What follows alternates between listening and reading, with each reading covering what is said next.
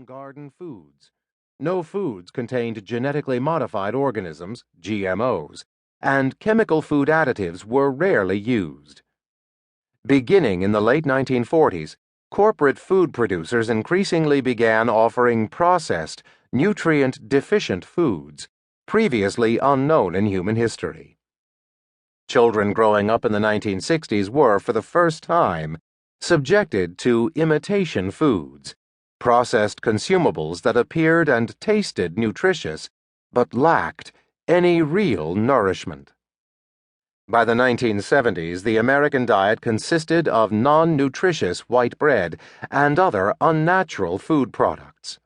By the 1980s, Americans raised on imitation foods, drinking fluoridated water and distracted by disco, had become apathetic and lazy. We are not aware of these things because precious few recognize that we are being psychologically programmed by a mass media controlled by a mere handful of corporate owners.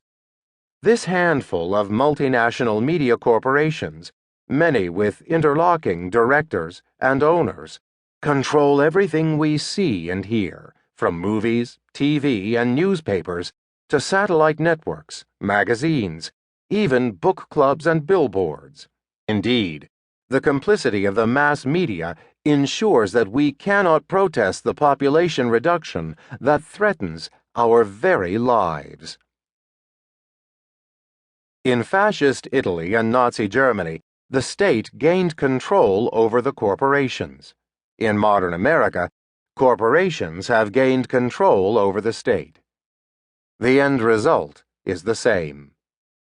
Giant corporations owned by a small globalist elite have thrived, often by deceptive and illegal practices. In 1952, corporations accounted for 32% of federal tax revenues. By 2013, this number was less than 10%. In that same year, 46 U.S. corporations were blacklisted for corruption by the World Bank. And these corrupt tactics create wealth for only a select few. Economic reality in the U.S. today substantiates the old line about the rich getting richer while the poor get poorer. A 2014 survey by the Russell Sage Foundation found that during the recent economic downturn, lower-income households lost a larger portion of their wealth than those with higher incomes. The study revealed a startling decline in wealth nationwide.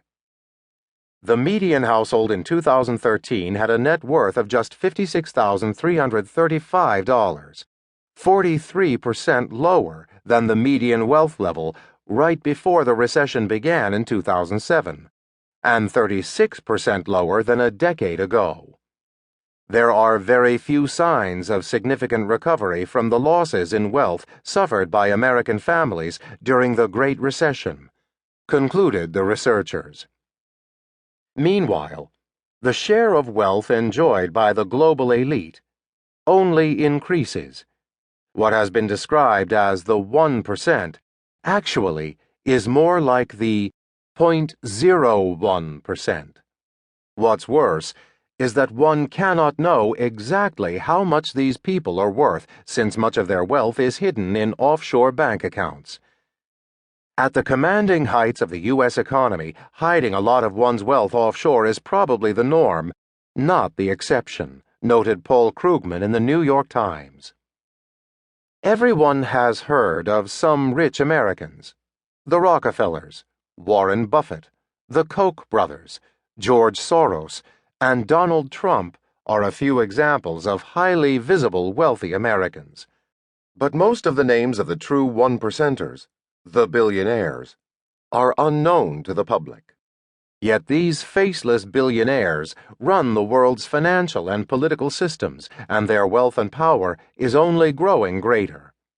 The 400 richest Americans made $200 billion in 2013, a total equal to the combined amount spent on the federal food stamp, education, and housing programs. 95% of all new income generated between 2009 and 2012 went to the wealthiest 1%, who own 38